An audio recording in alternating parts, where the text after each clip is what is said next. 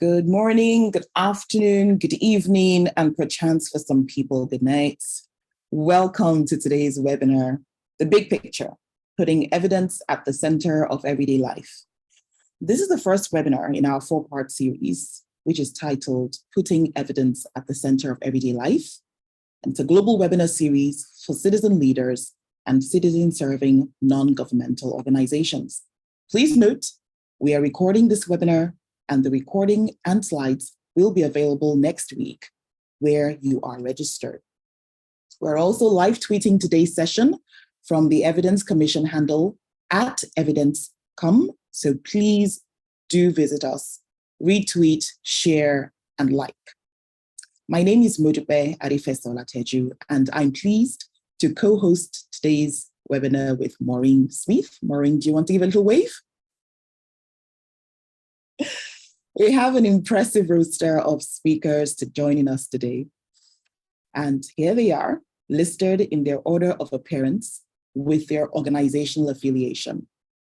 Thank you to Alan, to Susan, Tracy, Adam, Becky, Richard, David, and John for being here today to share your insights. Following our opening, each presenter team will speak for 5 minutes. We are reserving ample time for your questions.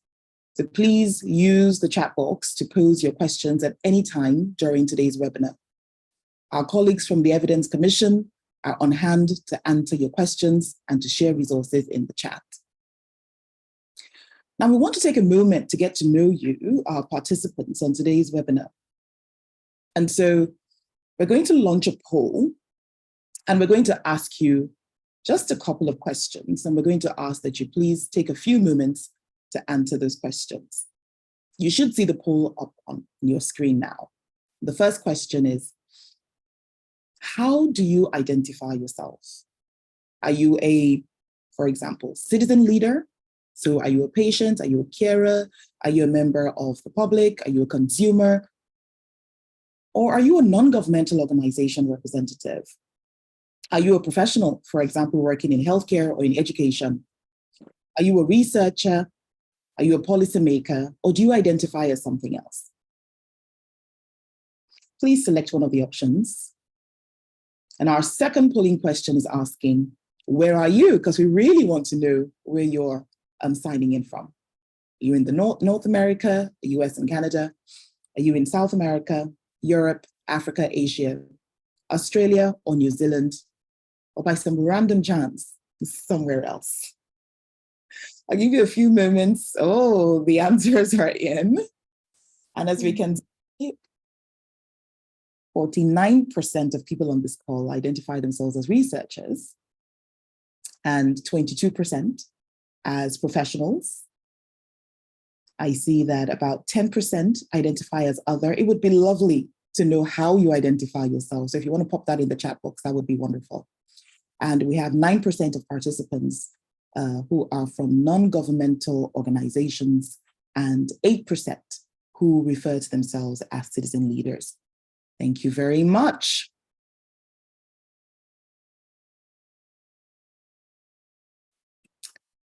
And for our second polling question, where are you? Again, tell us where you're coming from. North America, South America, Europe, Africa, Asia, Australia, New Zealand, somewhere else. Oh, someone says I'm from the Caribbean. I didn't see my region. We apologize. Specifically, they start the Caribbean. So thank you very much for drawing our attention to that. Do we have any more polling results? Mo, the results are up. You just have to scroll down. It's to the second question. Okay, where are we? Oh, we might need to launch that again on my end. Apologies.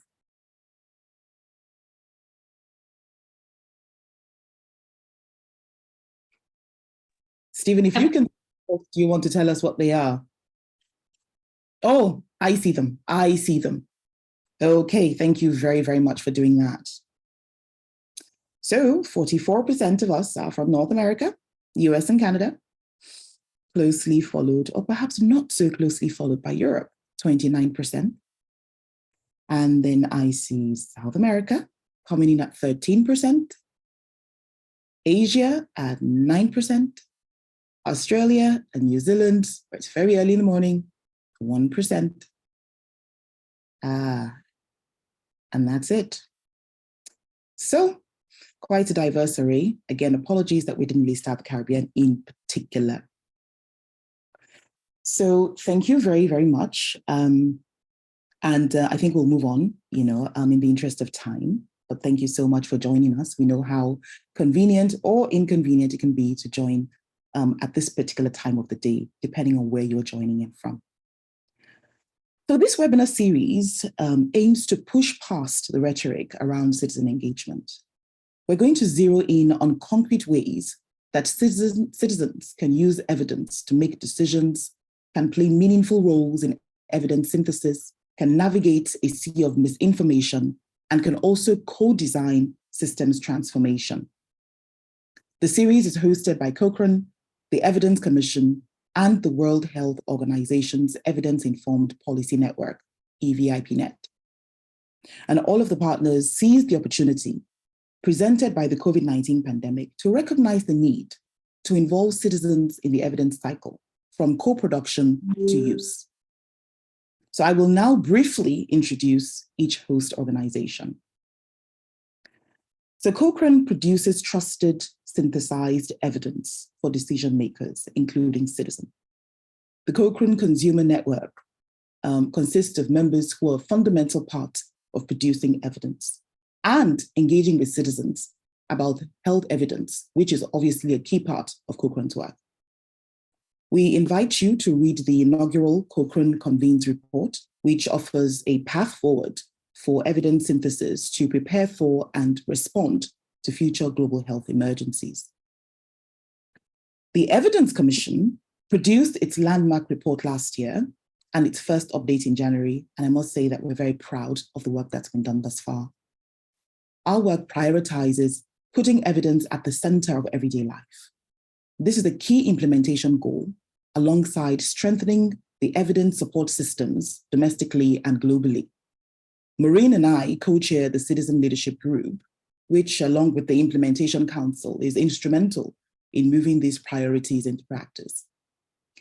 Finally, as part of its mandate to promote evidence-informed decision-making, the WHO's EVIPNet is actively committed to creating conditions for increasing and improving citizen engagement in health governance and in evidence-informed decision-making processes of countries worldwide. We invite you to read their new work on citizen engagement in evidence-informed policymaking, which reinforces the message that hearing people's perspectives, opinions, really does complement best available evidence. It enhances the quality and efficacy of health decisions, fosters trust in governance, and accelerates progress towards sustainable development goals. So I'm going to turn it over to Maureen for a background on today's session. Maureen, over to you. Thanks, Mo. Welcome, everyone. Following the release of the Evidence Commission report, the Secretariat at the McMaster Health Forum convened 2 citizen panels, which I have to say I had the privilege of being one of many note takers for. We convened the panels virtually in October 2022, each engaging a diverse group of citizens from across Ontario, the biggest province of Canada, on the topic of putting evidence at the center of everyday life. A citizen panel is an innovative way to seek public input on high priority issues. Each panel involves 14 to 16 citizens from all walks of life. Citizens share their ideas and experiences on a particular issue and learn from research evidence and from the views of others. A citizen panel helps us to understand the values that citizens think are important when making decisions about the issue, and reveals new understandings about the issue and how it should be addressed. Every day, citizens make many decisions that could be informed by the best available evidence. Some of these decisions are personal, from decisions about their own or their family's health, to ways to spend their money or volunteer their time to voting. And other decisions affect the community in which we live, such as reducing poverty and hunger or improving educational outcomes. We asked everyday Canadians why it's challenging to use evidence in everyday life. And here, in a nutshell, is what they told us. It is often left to individuals to find, understand, and use evidence on their own. For example, do your own research. Governments, businesses, and non-governmental organizations do not set things up so that everyday choices are based on evidence. And finally, we do live in an era of misinformation, disinformation, and infodemics. We also asked the citizen panels to share potential solutions, which include helping citizens judge what others are claiming, or more generally, find and receive reliable information on a topic, making evidence available to citizens when they are making choices, engaging citizens in asking questions and answering them with new research or with existing evidence, and making evidence-based choices the default or easy option. Our speakers today will offer insights into each of these solutions, or what works streams. A reminder to please share your questions in the chat box, indicating who your question is for. We've reserved time following speaker presentations to answer as many questions as we can. Also, to keep today's webinar running efficiently, we ask that each speaker picks up where the previous left off. First up, on the first theme of helping citizens judge what others are claiming, or more generally find and receive reliable information on a topic. And we'd like to welcome Alan and Susan. Over to you. Yeah, thank you. Thank you very much. My name is Alan Sanji. I'm a researcher based at Makerere University College of Health Sciences, and I'm here with my colleague, Susanna Cole, a secondary school teacher at Kololo High School. I'll be talking about the Informed Health Choices Project, and Susan will talk about her experience teaching concepts to secondary school students. So the Informed Health Project started out as a collaboration between Makerere University in Kampala, the Norwegian Research Council and Norwegian Institute of Public Health, as well as the University of Rwanda and the Tropical Institute of Health and Community Health in Kenya, TEACH. We started out asking questions: how best can we get people to understand and be able to appraise health information? And our target was young children. The reason for that, the region in which we are is mostly very young. The average age here is about, in Uganda in particular, is about 15.5, and in East Africa in general, it's about 18.7 years of age. We looked at resources such as testing treatments, know your chances, to look for those key concepts that we thought would be appropriate for people to understand in order to appraise health information.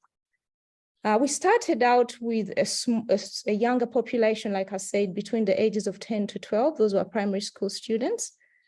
Currently, we have about 49 key concepts, but we did not teach all those key concepts to primary school children or secondary school children. So we did what we call the prioritization of those key concepts. So here I'll talk about the overview of the Informed Health Choices Project and how we're able to do that.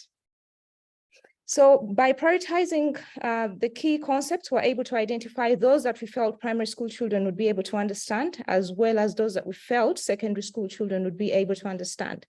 We did this in collaboration with teachers, researchers, the primary school children and secondary school children themselves, parents, and other people that work around evidence-informed decision-making. So I'll be interchangeably talking about both the primary school children and the secondary school students.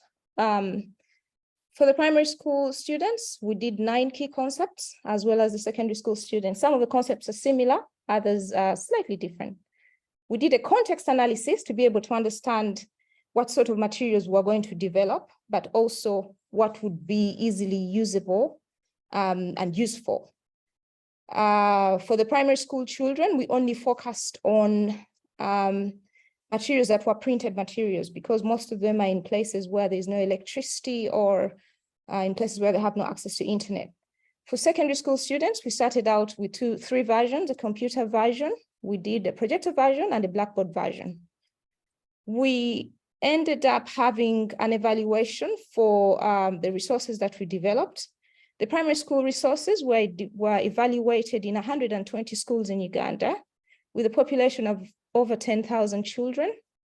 69% of those children in the intervention group achieved a passing score. So that meant that they were able to understand and appraise health information. For the secondary school trial, or for the evaluation, we did it in the three countries: Kenya, Rwanda, and Uganda. And there we had about 11,000 secondary school students. And of those, 58% of them were able to get a passing score. I'll quickly give you a key concept, an example of a key concept. For example, treatments have benefits and harms. There's conflict of interests. There's sort of course, breaking it down, but talking about systematic reviews in a manner that primary school children would be able to understand, or secondary school children. So those are the primary school resources. That's the textbook I was talking about. We created a teacher's guide and an exercise book for the children. For the secondary school, we also did, like I said, the computer version. And that's some of the children in Rwanda. And the Blackboard version, unfortunately, I don't have a picture for that. So from our experience, the children love these lessons. They're able to apply these key concepts in their everyday lives. And I think that will bring me to the end of my discussion, and Susan will give you some of her experience in the classroom. Thank you. Okay. In my experience, at the time as I was teaching the students using those resources, I was able to identify that many of them, the greater majority, we are able to develop a yardstick, or should I say a tool, a judgment by which they were able to choose what is worthy and what is not worthy. I have an example where I had one of the students telling me about his grandmother, who mixes clay with herbs and dries it to form blocks that are sold to pregnant women. And these blocks of clay are supposed to be helping or assisting in maintaining a healthy pregnancy. So using these resources that he was trained with, following the basis of a claim, he was able to judge that his grandmother, it's like it was a family trade. This trade was not really worthy. So even me myself, after passing through that time I spent with the students training them, I also developed that ability to keep judging. Whenever I'm hearing, I'm like looking at the basis of the claim and using that as a yardstick to determine how right or how wrong something is.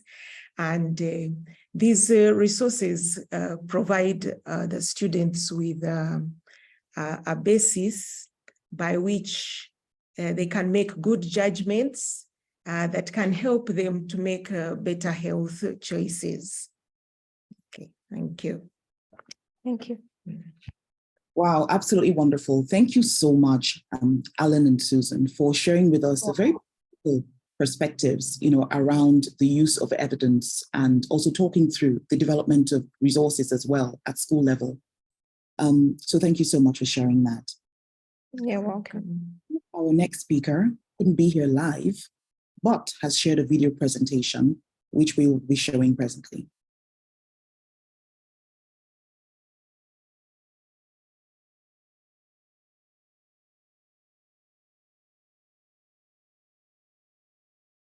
Science promotes the public interest in sound science.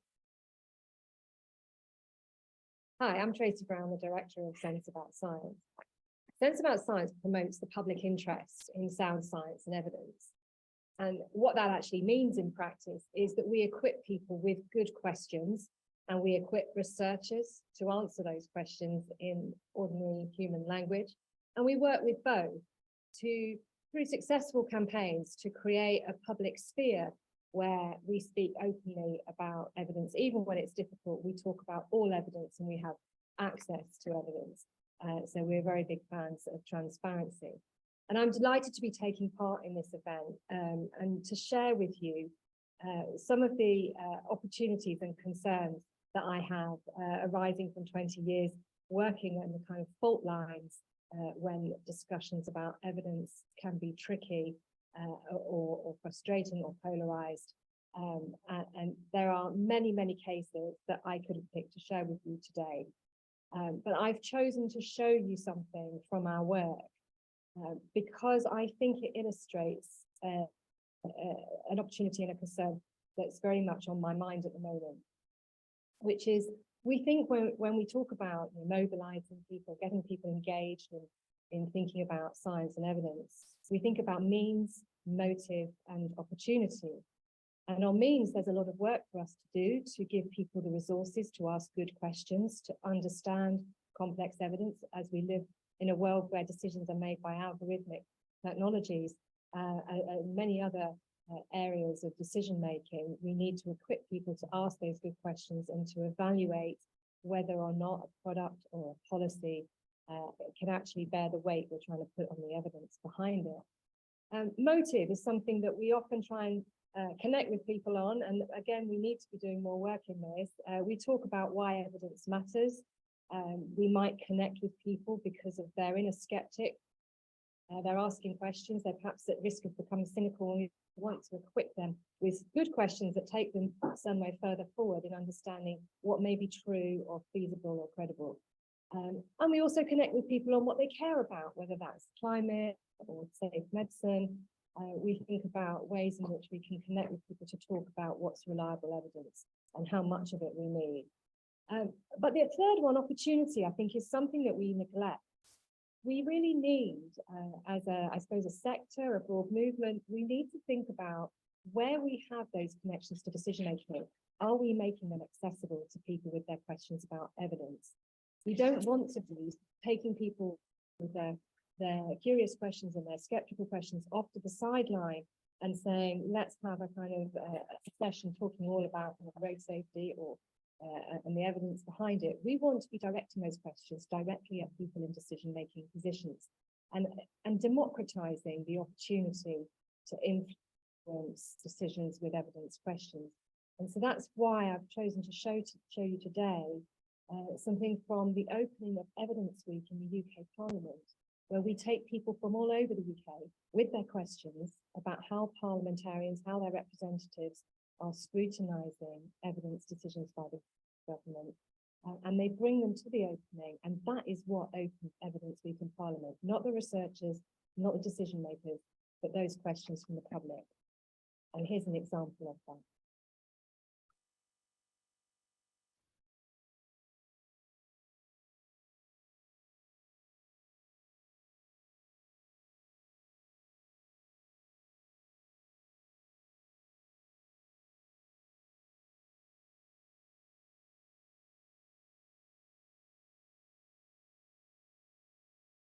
How does Parliament assess whether government policies are sufficient to meet its net zero commitment? I'm an emergency medicine doctor. Geothermal energy is an untapped resource. And we have written a letter to the Minister on the subject. Darren James is a postman from Salisbury. What evidence do you have? Personalised prescribing. Well, I can do since I'm your peer. Differences between different people, sex differences in the brain. Information from the House of Commons Library. Ability to feel poverty. A stronger evidence-based framework for future interventions. If you feel you've been missed, we're coming back. 1 in 4 women suffered a miscarriage, menopause, period poverty. Because evidence matters. Thank you very much indeed.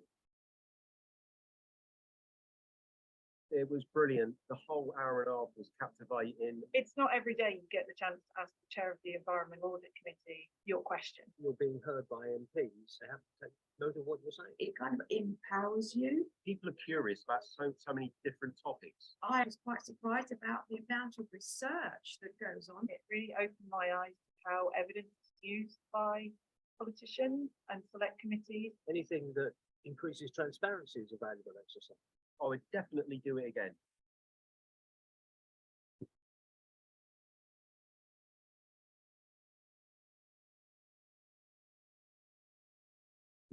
Okay, thank you so much to Tracy for sharing that wonderful work. And moving on into our second theme, making evidence available to citizens when they are making choices. A warm welcome to Adam. Thanks, thanks, Maureen. And hi, everyone else. I thought I'd spend my 5 minutes today just giving a brief overview of what GiveWell, my employer, does, giving you a high-level summary of our research process, and then tying this back to the question about how we make evidence accessible for citizens to make more informed decisions. So in a nutshell, GiveWell searches for charities that save or improve the most lives per dollar. So you can think of this as us looking for the best bang for buck in charitable giving. We take an evidence-based approach, and we'll only recommend charities if there's strong evidence of their program's effectiveness. We're possibly most famous for our top charities list, and we currently have 4 top charities that we think are exceptionally impactful. These are Malaria Consortium, who deliver preventative malaria medication to children; the Against Malaria Foundation, which distribute insecticide-treated bed nets to households; Helen Keller International, which delivers vitamin A supplementation to children; and New Incentives, which provides cash incentives to incentivize caregivers to get their children immunized. All of these charities predominantly work in global health and predominantly work in sub-Saharan Africa, but it's worth saying that we don't have like a restrict focus. We're open to considering causes much broader than this and in context outside of Africa, but we do think the biggest opportunities for making a difference tend to happen in the most deprived contexts. Next slide, please. So we take an iterative approach to research and finding the best charities and use evidence at each step of the process. So in the first instance, we try and keep abreast of the latest research happening in the medical sciences and the social sciences. So we get alerted whenever a new randomized or a new promising randomized control trial comes out. We use these results to build simple models of cost effectiveness, which I'll give you a simple overview of on the next slide. And then after extensive desk research, sorry, not yet, we go back. After extensive desk research, if a charity still looks promising, we'll then start to engage with potential implementers, do site visits, and try and get an understanding of how the program works on the ground. And yeah, the use of evidence is kind of most intensive at the start of the process, but we try and use it throughout. So throughout the process, we're always trying to find studies that could be adversarial to what we expect, or we'll speak to subject matter experts just to sense check whether we're interpreting the evidence correctly. Yeah, exactly. So yeah, just on the next slide. This is a very simple model as to how we assess cost effectiveness, which is a major contributor to our decisions. So this is a very simple model of Malaria Consortium, which is one of our top charities. So we estimate that it costs about $6 to $7 to treat one child with seasonal malaria chemoprevention for 1 year. In context where Malaria Consortium operates, we estimate children have a 0.3% annual mortality risk from malaria, and we expect preventative medication to avert about 55% of malaria cases. And this is based on an estimate in a Cochrane meta-analysis. And combining those figures together, we estimate that for any given child, SMC has about a 0.2% chance of saving a life. And then combined with the cost estimates, we think it costs about $4,000 to save a life via the Malaria Consortium program, which we think is sort of right up there with the most cost-effective opportunities. So that's a very whistle-stop and broad level summary of what GiveWell does and how we evaluate charities. Just on the final slide, So we try and make our research accessible to citizens. We publish everything for free on our website, and we try and present it in simple and easy to understand terms. So you can see the orange box I've highlighted there. That just summarizes the very simple model I just showed you. So we say we think it costs about $7 to protect a child from malaria. And yeah, the average cost effectiveness is about $5,000 per life saved. And we also try to give a qualitative overview of how strong we think the evidence is. So in this case, most of the evidence we're drawing from comes from randomized control trials, all of which are conducted in very similar contexts to Malaria Consortium operates. So we consider this exceptionally strong evidence of impact. I'm very happy to ask more questions about our process or research in the chat or after the call, but for now, I'll hand it over to the next speaker. Thank you so much, Adam, for sharing with us that rigorous process that GiveWell embarks upon. Moving into our third theme, which is engaging citizens in asking questions and answering them with new research or with existing evidence. Please let's welcome Becky and Richard. So I think I'm first. So thank you very much for giving me the opportunity to talk to you about how we engage citizens in asking questions using the James Lind Alliance method of priority setting. I wanted to start by saying that thousands of citizens and patients have been involved in JLA priority setting partnerships over the years by being involved in steering groups, taking part in workshops and completing surveys. So they've contributed their knowledge, experience and insight into helping shape research agendas in all sorts of health areas and conditions. So what is the JLA? Well, it's a UK-based initiative that was established by Sir Ian Chalmers and his colleagues back in 2004, with the aim of addressing the mismatch between what researchers often choose to research and what patients, carers, and health professionals sometimes actually want to know. So Ian and his colleagues developed a method of priority setting to give a voice to people who don't normally get to influence the debate about what should be researched.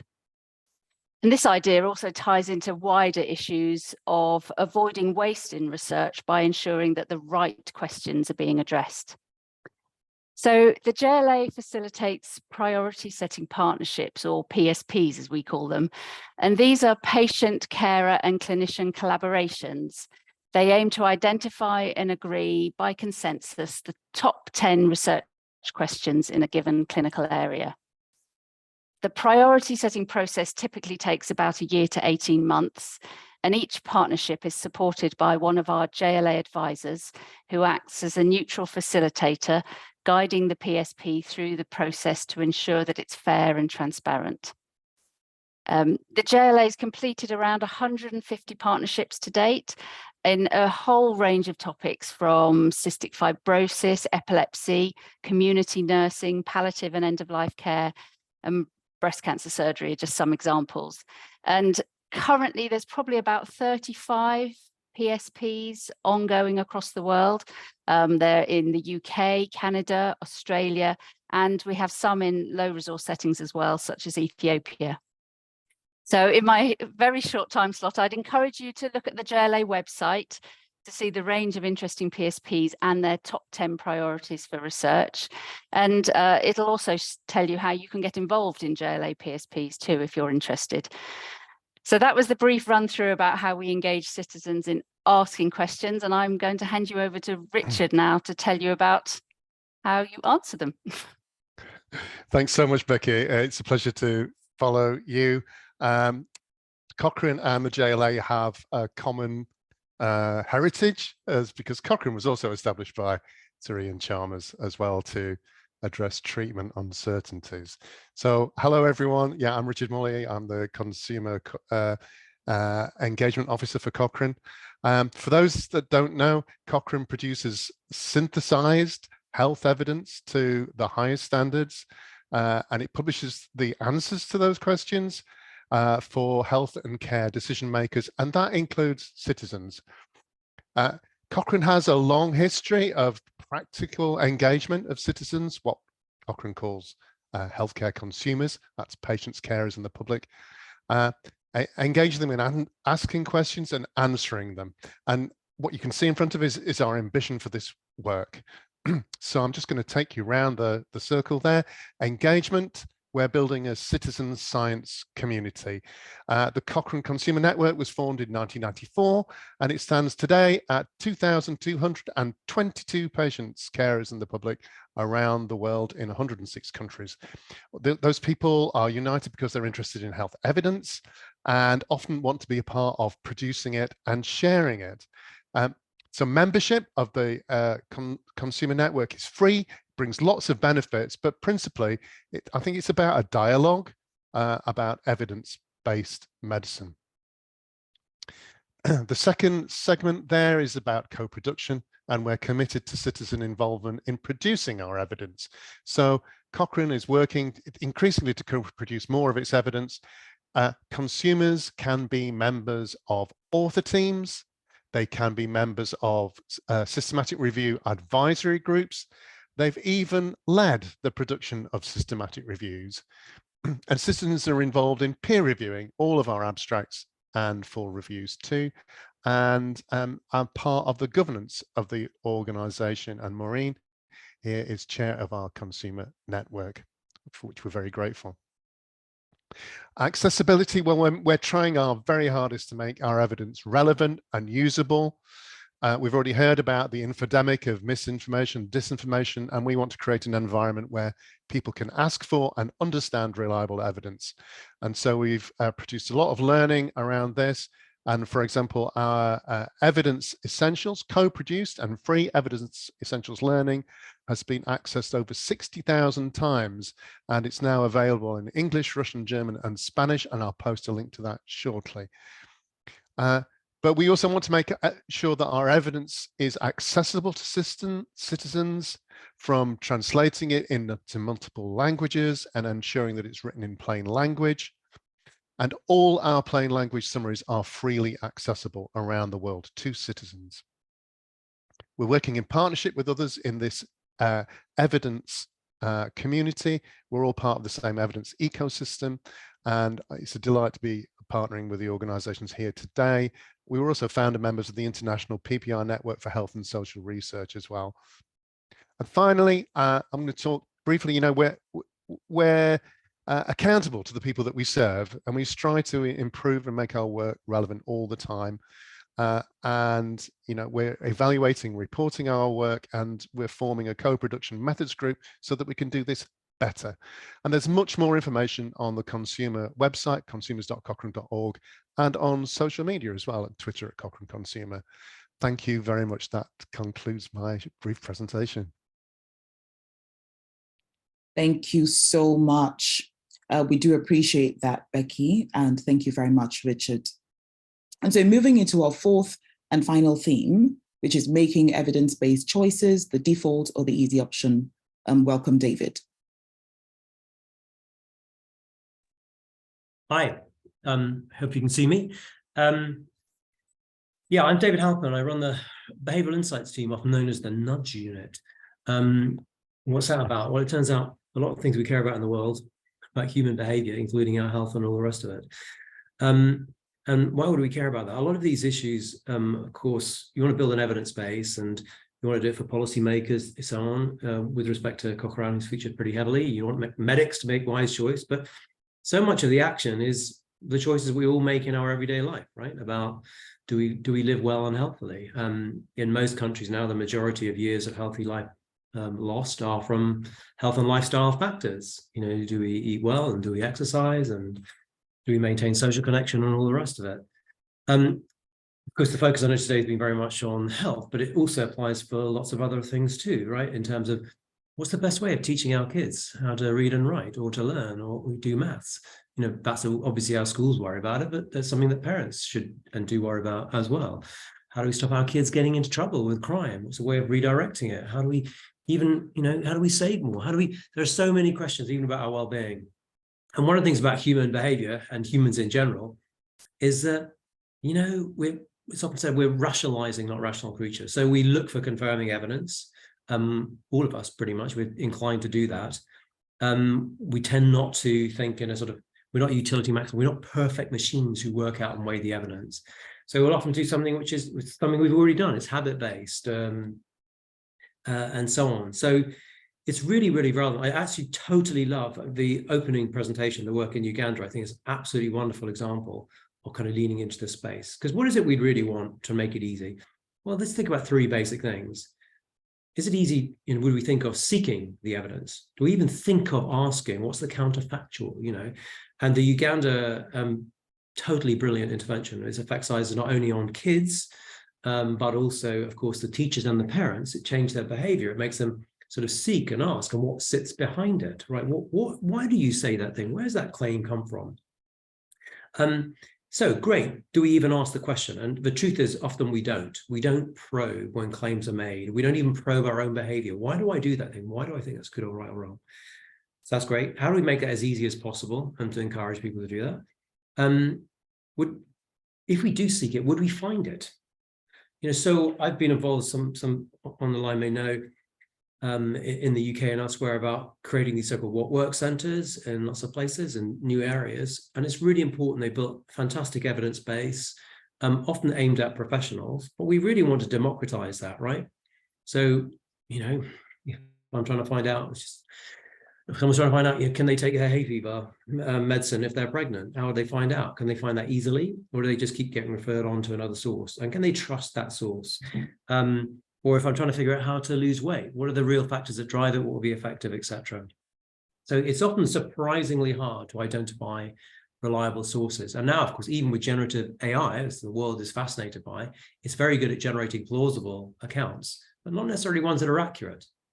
So we really need to lean into this in terms of the way that our media operates. You should be able to kind of, is it ranked by the most clicked? Oh, that's fun, the cat is falling over. Or is it ranked by the most truthful? Like, is it actually evidence-based? Do we make it easy to filter the massive amount of, content towards the things which are actually true and evidence-based? The last bit, which is really behavioral, which is, even if I've now sought the evidence, I've found some stuff, would I do it? So it turns out a lot of it is, if we take again health behavior, I might have figured out now, actually, it turns out that the drivers of the behavior are the obesogenic environment and I'm eating this, etc. What do I do differently? Will I actually execute that? Now, that could be right from that BIT has done work about tuberculosis. Can we get people to continue to take their pills because they often stop? Or how do you do that? How do you support someone to make that choice? Or on COVID, a vaccine is not a vaccination until someone turns up and says, yep, I'm here and you can stick the thing in my arm. Or in terms of how do we, in everyday life, how do we eat and live well? Those are things about us adopting practices and habits in our own life. So it's really important that we kind of lean into this space and don't certainly think that just even because we put some evidence out there, it'll somehow filter through all the noise and be picked up and used. Last thing I just kind of concluding remark, it's just, it's a sort of funny example. I sometimes use it. Across the world, people are often quite familiar, particularly English speakers, with the phrase, to blow smoke up someone's bottom, right? In order to say they're, goodness, you're flattering them, right? We're all familiar, most people familiar with that phrase. Very few people are aware, of course, it was a medical treatment. That's where the phrase comes from. I'm actually sit just on the banks of the Thames here in London. And, in 1750, 1760, if you'd fallen in the Thames and you were half drowned, they'd pull you out and they'd get this piece of kit, right? And they'd start pumping away to try and get this tobacco smoke in any orifice they could find, hence literally blowing smoke up, Everybody now thinks that's very, very funny. But of course, the world is full of examples of that right now, which we don't know about, almost certainly in our practices. And so can we democratize? Can we do, like in that wonderful Uganda intervention, can we generate and stimulate that curiosity in our fellow citizens, throughout, and indeed ourselves? Can we make it much, much easier than it is now to find evidence which is reliable, including by way of many areas, of course, as we all know, the evidence isn't even there, certainly as you get outside of health. And finally, bear in mind, that's not the end of the cycle. How do we help people live and use the evidence and live in a way, right? So it basically boils down to, if we just take, for example, health, can we build a world within which it is easy to live healthily? Like the salad comes before the chips is the famous example in Nudge. That is also about applying the evidence, right? Is literally for when we're in a hurry and our mind's on something else, Has the world been constructed in a way that is generally guiding us towards healthy, wise, good choices in a whole number of areas? That's what essentially, harnessing the use of evidence in everyday life should look like and feel. Right, I should stop there. Well, thank you, David, for asking the very important questions that influence behavior. I'm going to hand it over very briefly to John Lavis, who's the co-lead of the Evidence Commission based in Canada. I think you'd agree with us, myself and Maureen, that this has been truly insightful. And so I'm handing it over to John, and then we'll take it from there. Thanks very much, Mo. Just a couple of very brief comments. One, for those who are on the line who haven't heard these examples before, we hope you're as inspired as we were with the Evidence Commission and how these are efforts to put evidence at the center of everyday life. And we draw on many of them in the Evidence Commission report. My second comment would be that we would warmly welcome other inspiring examples of putting evidence at the center of everyday life that you believe should be given prominence and talked about how we spread and scale these examples. And the third comment perhaps is in response to Emma's question in the chat box about how do we put Indigenous ways of knowing alongside these efforts to put evidence at the center of everyday life. And Emma, we wholeheartedly agree this is critically important. And in fact, one of our commissioners was a young Indigenous leader from the Brazilian Amazon.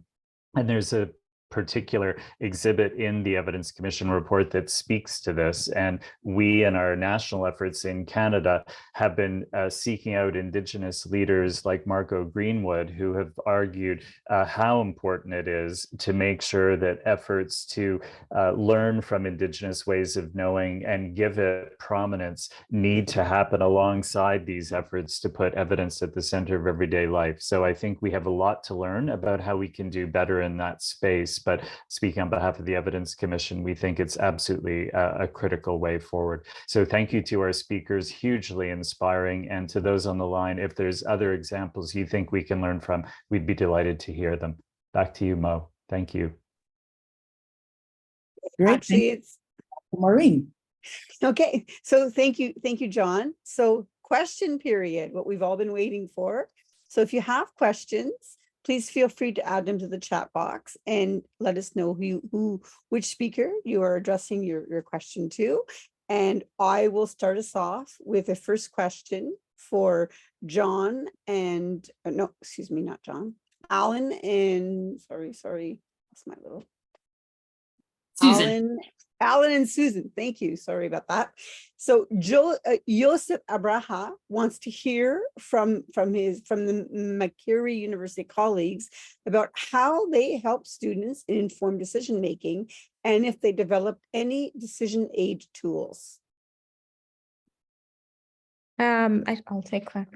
Thank you very much, Abraham, for that question. I think what we've sort of leveraged on is the fact that children of a certain age group are very curious. And the earlier you get them to start asking questions, even if sometimes to other people they don't really make sense, the children make sense of those questions. And like I said, we came up with a list of key concepts that we felt at that level, for example, the ages of 10 to 12, that was the first group of children that we worked with, would be able to understand. And we started out with things as simple as being able to identify a claim or a basis for a claim. If you hear something in the market or on the street, someone saying, if you take this, maybe it will help with your academics, you need to ask, why are they claiming that? And the basis could be, they're saying it because maybe they're getting something out of it. So we taught them about conflict of interest. We taught them about things that they would easily relate to in their daily lives. The reason for that is because children between 10 to 12 don't usually make medical decisions or healthcare decisions. They are left to their parents. We want them to apply these concepts not only on health matters, but also in other areas in their lives, and hopefully be able to have meaningful conversations with those that make decisions on their behalf. And then for secondary school students, we're able to sort of see that they're kind of able to apply these concepts to their daily lives as well as their health decisions, because they're, for example, the girls are now sort of having their menstrual periods and they're choosing what products to use. some of the products could even be dangerous to their health. But if they are questioning how these products have come on the market, for example, if they've been maybe tested, or if not, we talk about things like small studies compared to big studies, whether the comparison groups are similar to you or your context, and concepts like that. So we think that we have sort of inculcated something in them to ask those questions and hopefully be able to make important decisions in regards to their health based on those concepts. Thank you. Thank you so much for that, Alan. And there's a second question, which is somewhat related to that one. And it's a question from Judge Frost. And this is for you, David. Regarding information sources, they say, I think it's easier to get youngsters to trust credible sources. But what strategies have others found useful for getting adults to trust credible sources? That's a really good question. By the way, how do you know it's credible, right? It's a totally key issue, and it's surprisingly hard. So we've ourselves done work. I mean, of course, you can do it institutional responses, which is a pretty good approach. You know, if you build what work centers, you know, then we've got some institutional mechanism. We think you can trust them. That's not bad, but would you even know? There's lots of other people making claims. We've done trials ourselves on, for example, greenwashing. We've shown how incredibly effective greenwashing is. You know, if you make claims, people go along with them. And by the way, we've also shown greenwashing works best with people who care about the environment, right? So there's a very strong incentive for commercial players out there to add in a lot of confusion and noise. So, you know, fine, build institutions, create sources. I guess our view is, I mean, alongside, you know, but as we just heard, you know, from Susan and Alan, you know, asked behind it, but that's still pretty hard. Is a credible source, which you would believe. But in the end, a key issue, I think, for us to make it easy is veracity kind of signals of some kind. What would they look like?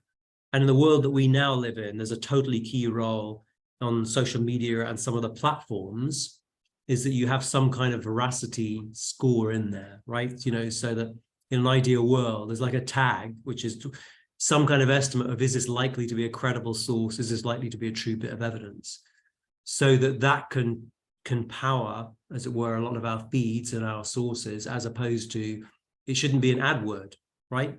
So someone paid more to be higher in your ranking, or because more people viewed it because it was funny. That doesn't mean it's true, right? So it's actually quite a profound question to think about. How do we tilt the world and these kind of, if you like, informational platforms and brokers, so that we can find the things that are more likely to be true as opposed to just more likely to have been referred on? Is a totally key issue which many of us are wrestling with. I think that's a great point. And Becky Masango in the chat box says that one of the biggest challenges is the credibility of available evidence. And I think it's important to have a network of credible evidence generators. This would be helpful in case of a need for rapid evidence responses to a particular case. So they're making a case for the network of evidence generators as well. So thank you very much for the responses to those questions. Are there any other panelists that would like to make a quick response? We have just a few minutes left in this session. If not, I'll hand it over to you, Maureen. Yeah, thanks, Mo. I just wanted to restate George's great question and see if anybody else would like to chime in, because a lot of our panelists are actually working in that space. So he was talking about, regarding those information sources, that it's easier to get youngsters to trust credible sources, but what strategies have you found useful for getting adults to trust credible sources? So does anyone else from the panel like to respond to that one? And Maureen, I'll just cue our attention. There is another question that came in for John in the chat just now. Oh, okay. That's great then. And I can read that one. So it's from Becky Masango. Thank you, David. One of the biggest challenges is the credibility of available evidence. And I think it's important to have a network of credible evidence generators. This would be helpful in case of a need for rapid responses to a particular case. And I just noticed that that's not the question. That's actually a comment. And the question is about Indigenous speakers. So sorry about that. I'm going to go to the question for John now, but thank you for that really great comment about the network. So for John, similar to the question about Indigenous ways of knowing, is it necessary to recognize that A, citizens are not a homogeneous group, and B, the critical importance of the diverse and dynamic social determinants on individuals' approach to information? And how does evidence address this vital variation? What do you, John? So, critical question. And I think we and many others are just very aware of the diversity of views out there, and bring a sex and gender-based plus analysis approach where we think about all of the factors that mean that people's contexts are different, how they interpret evidence are different, and those different factors come together in very unique ways. I might be influenced by religious background, I might be influenced by socioeconomic status, a variety of other attributes. And so increasingly in our efforts to engage citizens and our efforts to make evidence at the center of everyday life, we're really focused on that diversity. And part of that means working with and learning from leaders from these different communities. So I think it's a well-recognized challenge. I see lots of efforts to start to move in the direction of doing better in this space, but we have a very long way to go, just as we have a very long way to go to give equal attention to Indigenous ways of knowing. So again, well-recognized challenge, baby steps towards meaningfully addressing that challenge. Excellent. And we have one more question, which I'm going to pose to Adam. And it's from Caroline Strothers. And she says, who decides who is a credible source? Any thoughts there, Adam? I think at GiveWell, we take two approaches to this. One is that we rely a lot on external sources like Cochrane, that we have a lot of trust. I think they've built up a strong reputation over many years. So yeah, we put a lot of trust in their analysis, but we'll also try our hardest to look into the constituent studies. So we won't take the results necessarily at face value, because what serves as good evidence in one context may not generalize to another context. So we'll try and sort of get under the bonnet as much as possible and understand sort of the context a trial or a study was operated in, and yeah, whether there are reasons why that may or may not generalize to a context that our charity operates in.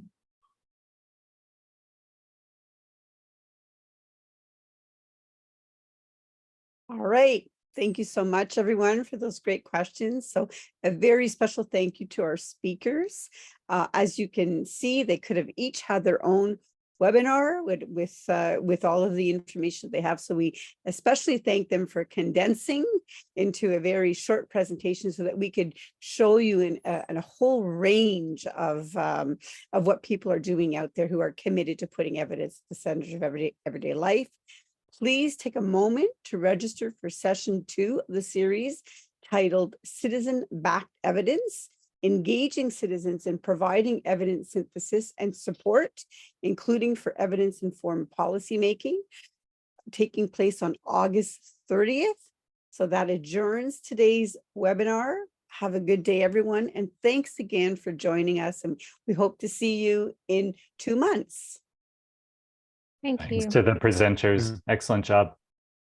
Thanks, everyone. Bye-bye now. Thank you so much. Bye-bye.